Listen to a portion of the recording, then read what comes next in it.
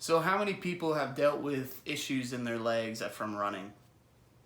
I can't see your hands, but of course I would assume that it's about 60%.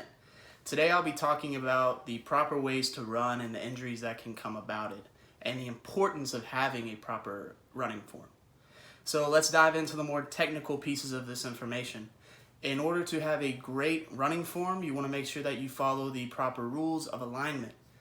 It's not just your legs and lower body that cause running problems.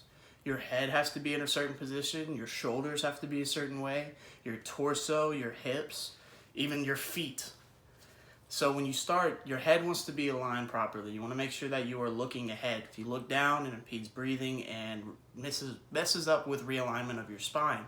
The key thing is to make sure your spine is straight and to make sure that your hips are properly in place. If they're not, you could have issues such as tendonitis. You could have things that could cause issues with your ACL and MCL, as well as your meniscus.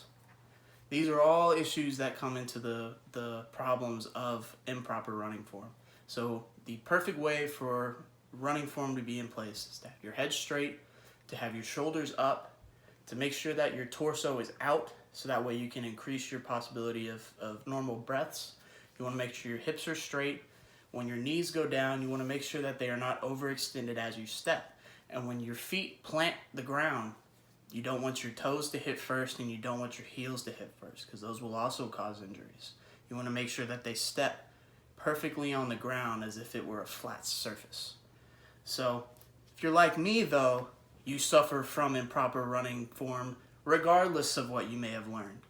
So the injuries that come with improper running form include runner's knee, they include tendonitis, they include plantar fasciitis, and they can include sprains, ankle breaks, and ACL tears. Now the biggest one that comes in the most common improper running form is runner's knee. This is the pain that comes to your knee and beneath it, where it makes it feel like the more you run or the more you walk, the harder it will feel and the more painful it will get.